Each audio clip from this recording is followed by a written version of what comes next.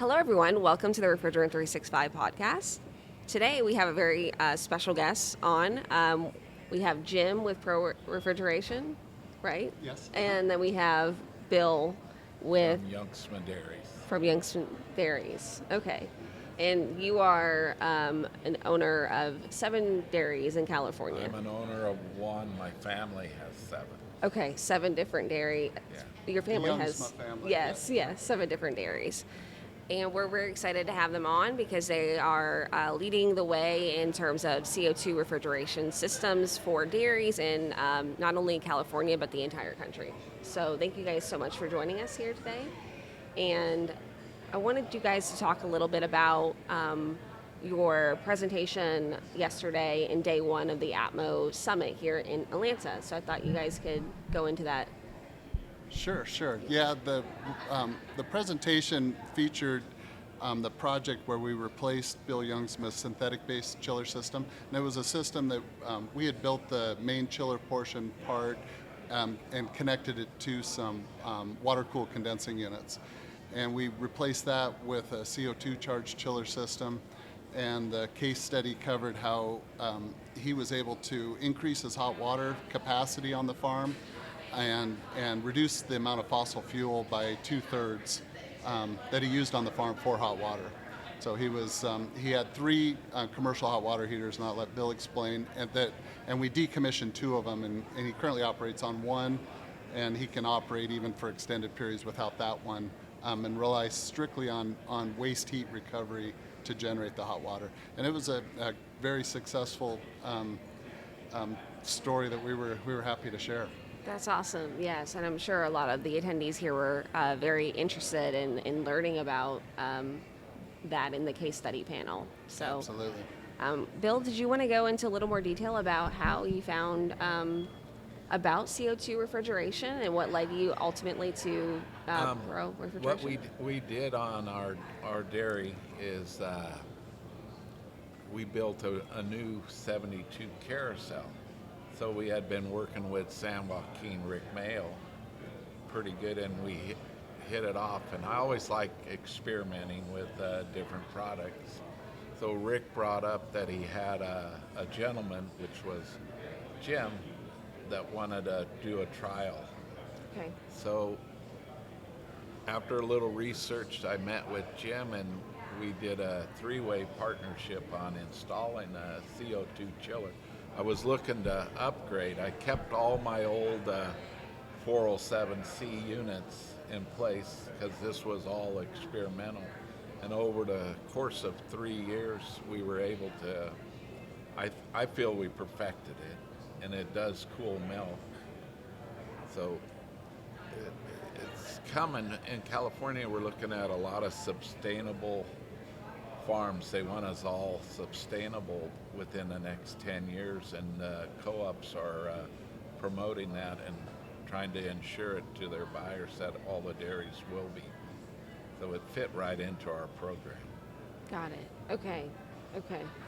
And the California initiatives to be sustainable, could you go into a little more detail about that for those that may be unfamiliar? Oh, for the sustainability, they're looking at manure systems, they're looking at Jim's CO2 chiller, they're looking at lighting, they're looking at, for sustainable, they're even looking at more intense employee training.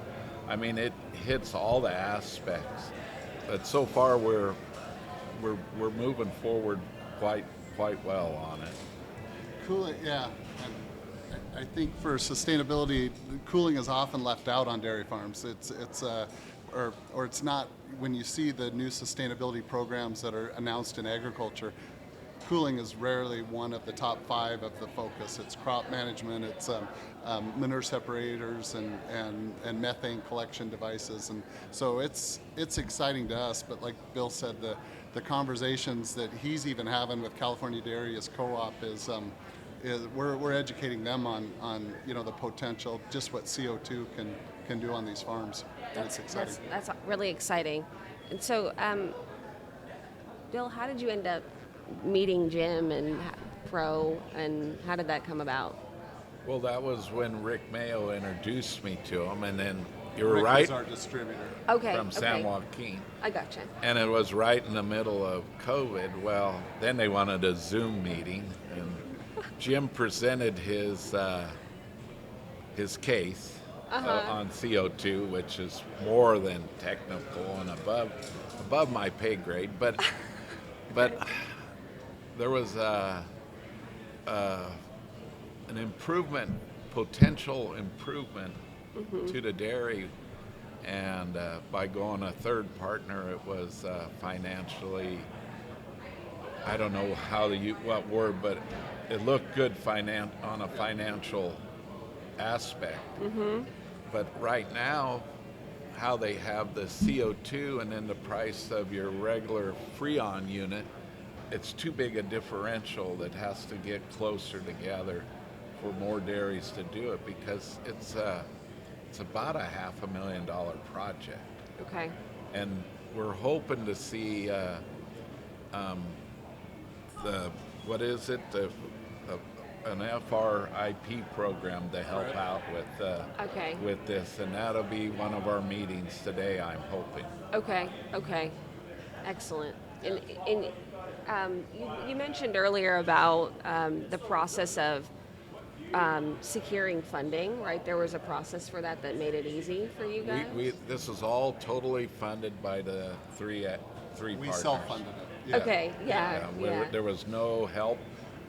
We brought it up to the Air Board, to Southern California Edison, to the co-op also, and nobody knew what we were talking about 4.5, 5 years ago. Wow. Okay. That's Yeah, and really we gambled, or our bet was that he was gonna, or we knew the ROI was there with the heat recovery, and that was our gamble, was that we would find the advantage, and that would justify it.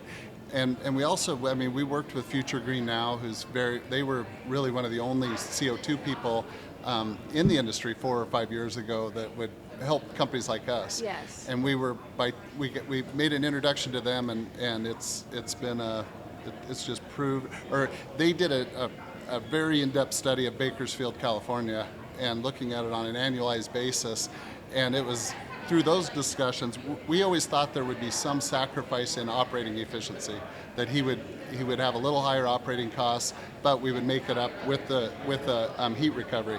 But after doing the study, we saw there was so much benefit in the cooler months that even though you're operating less efficiently in the heat of summer, that we would our net would be either no additional power costs or a potential savings, and that's where we're running today. So we're glad that through it all we were able to deliver the heat recovery, even more waste heat recovery than we anticipated, while not adding any power requirements or anything to his power bill.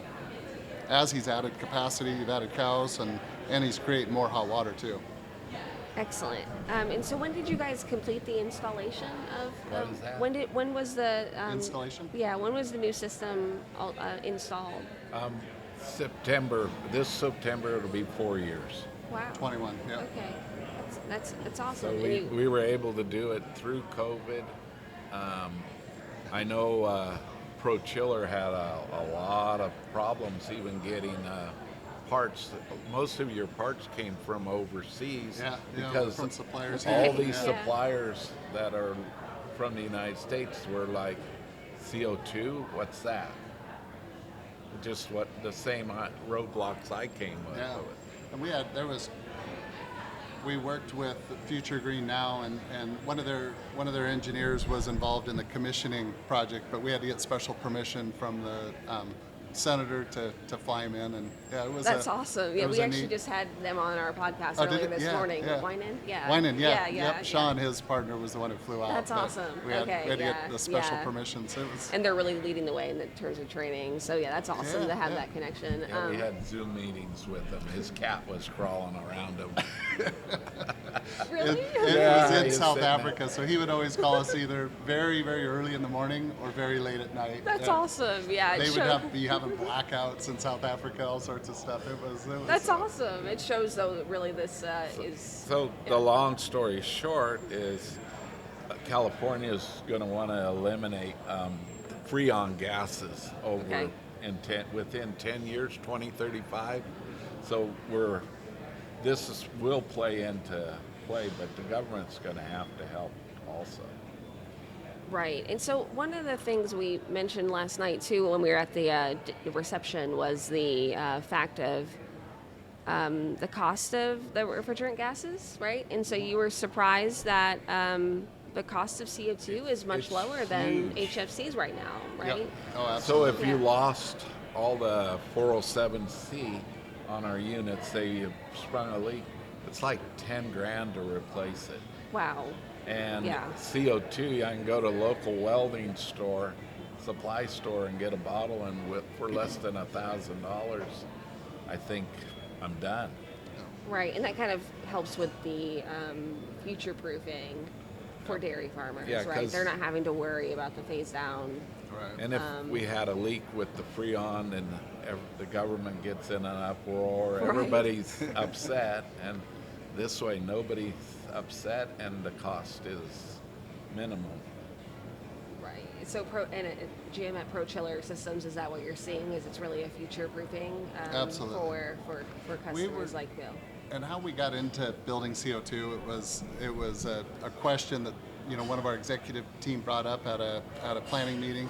We quickly dismissed it. We said it's not feasible. We're not going to be able to do it. Then the question got re-asked by a customer, so all of a sudden it became more important. And then, so I mean, all our thing was we didn't want someone else to answer the question for us. We're dairy or cooling milk and cooling beer. Those are our two main industries, and if there's a better way, we wanted to find out, and we suspected that CO2 was a good option, and now we think it's the best option, at least for farms of Bill's size, which they're milking a lot of cows, 2,800 cows, and that's about an average size farm that's using CO2. We are expanding the product line, so I think that's going to open the CO2 option to 80% of our customers, and but right now it's been good for us to learn the process.